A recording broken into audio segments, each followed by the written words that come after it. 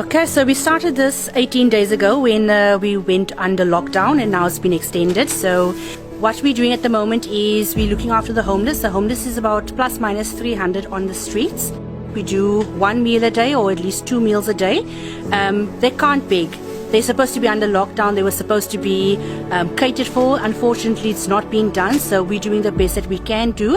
Then we also have homes, so many homes. We have up to 300, 400 homes that we've already blessed. We are so grateful for the companies that have supported us, especially Woolworths. Woolworths has fed such a large amount for us. Corona Care, which is based in Johannesburg, and they have been so phenomenal. They've blessed us with Checkers vouchers.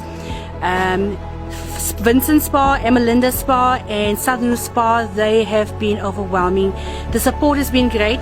The donors, I don't think you've actually outweighed everybody else, and I can't thank you enough, because without the donors, no one else will be fed. We've had some amazing people make some soup for us, and then we're going to be going out onto the street today with some sponsors that gave us some nice blankies, because the homeless have been really crying out for blankets because they're cold, and we are going to serve them a cup of soup.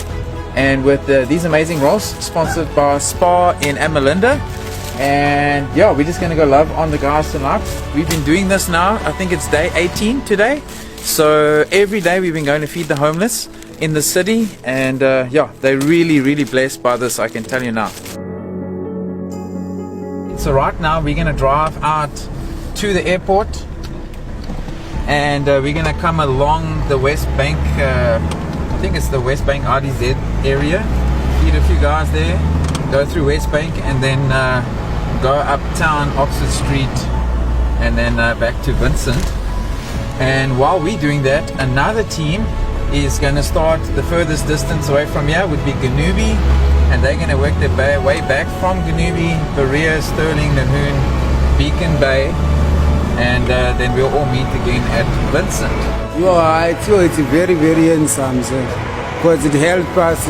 Even if we didn't get something to eat, we are already sure that there is a bike that always helps us with something to eat. So we always appreciate you for your help, guys, you see.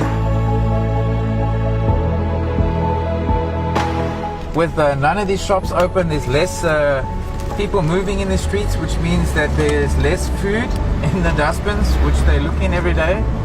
There is no more money that they would get if they were begging. So the desperation level has increased. I'm going to the rank to collect the vegetables, and that I'm going to cook in my plate there, whereby I make a washer there by the railway ride. The amount of guys out on the street, it shocked me a bit. I didn't realize, I knew that it was big, but I didn't realize it was that big.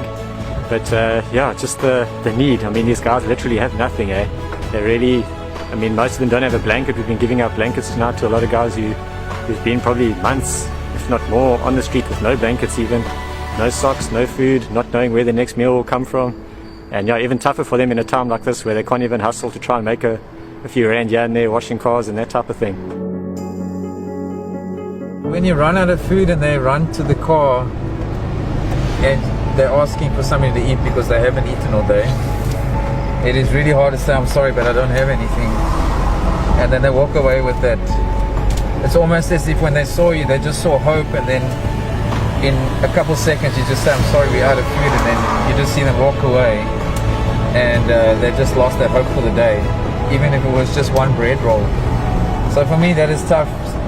And also when the kids come at night, and sometimes we have enough to make it through the night, sometimes we don't, and then they come running at the last minute just when you're about to go home, 6 or 7 of them, and you have nothing to give them. So yeah, it's almost like you're looking in your pocket, like how much money do you have left, and you want to go and get them something to eat quickly.